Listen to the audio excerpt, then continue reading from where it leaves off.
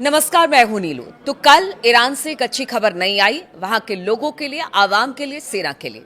जी हां, ईरान के सबसे ताकतवर शख्स अली लारिजानी की इसराइल के हवाई हमले में मौत हो गई। ईरान के सुप्रीम नेशनल सिक्योरिटी काउंसिल ने मंगलवार को इस बात की पुष्टि कर दी है। लारिजानी सिक्योरिटी काउंसिल के सचिव थे और कहा जाता है कि पूर्व सुप्रीम लीडर अली खामनेई के मारे जाने के बाद पर्दे के पीछे से वही ईरान को चला रहे थे। इसके पहले इजराइल ने कहा था कि उसने अली लारिजानी को एक हमले में मार दिया।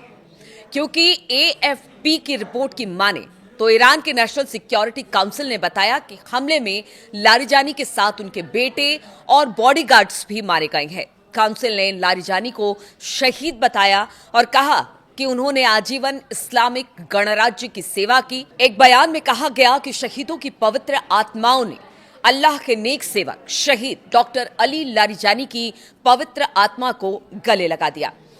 इजराइल के रक्षा मंत्री इजराइल काट्ज ने सबसे पहले लारिजानी के मारे जाने के ऐलान किया। इजरायली सेना ने बताया कि सोमवार देर रात हुए हवाई हमले में अली लारिजानी और ईरान के एलीट बासीज फोर्स के कमांडर को मार दिया गया। मंगलवार शाम के इजराइल के प्रधानमंत्री यानी बेंजामिन नेतन्याहू ने भी लारिजानी के मारे जाने की घोषणा करते हुए कहा कि इन हमलों का मकसद ईरान के नेतृत्व को कमजोर करना था ताकि ईरानी लोगों को उसे हटाने का मौका मिल सके। क्योंकि देखिए, अगर बसीज यानी कि एक तरह से समझिए भारत में जैसे सीआरपीएफ है या पुलिस है जो अंदरूनी हालातों को देखता है, तो बसीज इसी तरह से ईरान में काम करता है। और साथ ही अली लारिजानी के मारे जाने के बाद शायद इजराइल को लग रहा है कि एक बार फिर से जनवरी में जो उनके जो लोग थे ईरान के, जब सड़कों पर उतरे थे, किस तरह के हालात थे सबने देखा था। क्या अब एक बार फिर से वैसे हालात बनाने की इजराइल कोशिश कर रहा है? इसलिए दोनों को टारगेट किया गया और खुद बेंजामिन नेतन्याहू ने इस बात को माना है।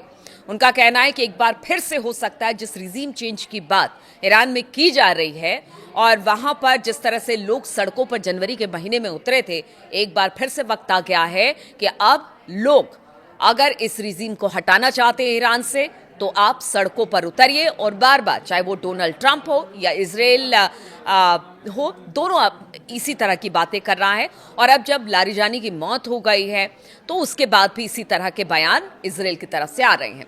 28 फरवरी के बाद शुरू हुई इजरायली और अमेरिकी हमलों की लहर ने ईरान के शीर्ष नेतृत्व को निशाना बनाया है। इसके बावजूद इन संघर्ष के धीमा पड़ने के संकेत बिल्कुल नहीं दिखाई दे रहे हैं। ईरान के इस्लामिक रिवोल्यूशनरी गार्ड कोर यानी आईआरजीसी ने इजराइल समेत पूरे मिडिल ईस्ट क्षेत्र में मिसाइल और ड्रोन हमले जारी रखे हैं। हम आपको बता दें कि कल जब लारिजानी की मौत की खबर बेंजामिन नेतन्याहू ने दी, उसके बाद बताया जा रहा है कि हजारों मिसाइलें इजराइल के तेल अवीव में गिरी है, जहां पर भारी नुकसान हुआ है। बताया जा रहा है रेलवे स्टेशन से लेकर रिहायशी इलाकों तक ईरान की तरफ से मिसाइलें दागी हुई हैं। उसमें खुर्रम है, सेजल है, इत्ताद है, पर बहुत सारे ऐसी मिसाइलें हैं जो कि कल इजराइल की तरफ रुक करके उसको गिराया गया है और वहां पर भारी तबाही मची है। बताया जा रहा है कि 2 लोग भी इसमें मारे गए हैं, ऐसा ईरान का दावा है। और इजराइल ने भी हालांकि देखिए बहुत कुछ खुल के नहीं कहता है कि किस तरह की बर्बादी हुई है, लेकिन कल जिस तरह की तस्वीरें सामने आई है उसे इजराइल भी झुठला नहीं सकता। ऐसे में जब लारिजानी के मारे जाने की अब पुष्टि हो गई है और साथ ही तेहरान और ईरान ने यह बता दिया है कि एक लारिजानी को मारोगे हजारों लारिजानी पैदा होंगे। और लारिजानी की मौत की खबर के बाद ही ईरान जिस तरह से उसने हमला किया तेल अवीव पे, उसने बताने की कोशिश की है चाहे हमारे शीर्ष नेतृत्व के कितने बड़े नेता भी क्यों ना मारे जाएं, लेकिन ईरान अब भी अमेरिका और इजराइल को सबक सिखाने के लिए सक्षम दिखाई दे रहा है। और इसी को लेकर उन्होंने जबरदस्त तरीके से इजराइल पर हमला किया मिसाइलों से। तेहरान ने हॉर्मुज जल डमरू मध्य यानी स्ट्रेट ऑफ हॉर्मुज पर अपने नियंत्रण का और कड़ा कर दिया है। इससे दुनिया का 20% ऊर्जा परिवहन गुजरता है। अली लारिजानी को ईरान के इनर सर्कल का सबसे महत्वपूर्ण व्यक्ति माना जाता था और इसका असर राजनीतिक, सुरक्षा और कूटनीतिक तक फैला हुआ था। वो ईरान के प्रमुख राजनीतिक परिवार से आते थे, जिसकी तुलना अमेरिका के कैनेडी परिवार से भी की जाती है। तो लारिजानी जो थे ऐसे ही वो अली खामनेई साहब के बहुत करीबी नहीं थे। उनको सेना का भी ज्ञान था, डिप्लोमेट्स भी थे। उन्होंने मतलब हर मोर्चे पर उन्होंने ईरान का साथ दिया, अली खामनेई का साथ दिया जब वो थे, और अब भी ईरान को संभाल रहे थे। तो एक बड़ी क्षति के तौर पर उनकी मौत को देखा जा रहा है। हालांकि उनके बारे में कहा जाता है कि उनके भाई सादिक लारिजानी ने न्यायपालिका के प्रमुख के रूप में काम किया, जबकि मोहम्मद जाब लारिजानी विदेश नीति पर वरिष्ठ सलाहकार थे। लारिजानी 2008 से 2020 तक ईरानी संसद के स्पीकर भी रहे। वर्तमान में ईरान के सुप्रीम नेशनल सिक्योरिटी काउंसिल के मुखिया थे, जो देश की रक्षा और विदेश नीति पर फैसले लेने वाले सर्वोच्च संस्था है।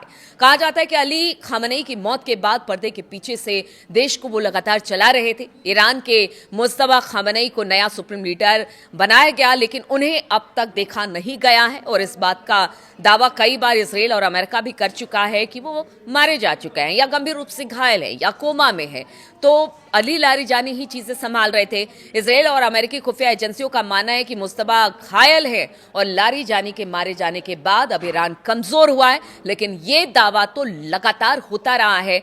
हम आपको बता दें, आज 19वां दिन है युद्ध का, और इस 19वें दिन भी अगर ईरान लगातार हमले कर रहा है, चाहे वो इसराइल हो या अमेरिका के ग्रीन जोन के इलाके में भी घुसकर उनकी मिसाइलें गिर रही हैं, उनके अमेरिका और इसराइल के एयर डिफेंस सिस्टम नाकाम हो रहे हैं, तो ये बताता है कि भले आप कितने लोगों को भी शीर्ष नेतृत्व को मार दें, लेकिन एक पूरी व्यवस्था ईरान में इस तरह की बनी है कि उनका कहना है कि अंतिम दम तक वो लड़ते रहेंगे, और अभी तो युद्ध बहुत लंबा है। इधर खबर ये भी आ रही है, मुस्तबा के पास एक बातचीत के लिए प्रस्ताव भेजा गया था, जिसे मुस्तबा ने मना कर दिया है, और बातचीत को लेकर उनका रुख बिल्कुल स्पष्ट है कि कोई बातचीत नहीं होगी। अब देखना होगा कि इतने सारे लोगों के मारे जाने के बाद भी ईरान किस तरह से, क्या ये लड़ाई और तेज करता है, ये हमले और घातक होंगे, चाहे वो इजराइल की तरफ से, अमेरिका की तरफ से, ईरान की तरफ से। लेकिन जो बाकी मुल्क है वो तो यही कह रहे हैं कि अब इस लड़ाई को समाप्त होना चाहिए, और इस लड़ाई की मध्यस्थता कोई करे। हालांकि मध्यस्थता को स्वीकार ईरान नहीं कर रहा है, क्योंकि उनका कहना है कि बहुत सारे लोगों का खून बहाया है नेतन्याहू और ट्रंप ने, और इसका बदला तो उनकी तरफ से लिया जाएगा।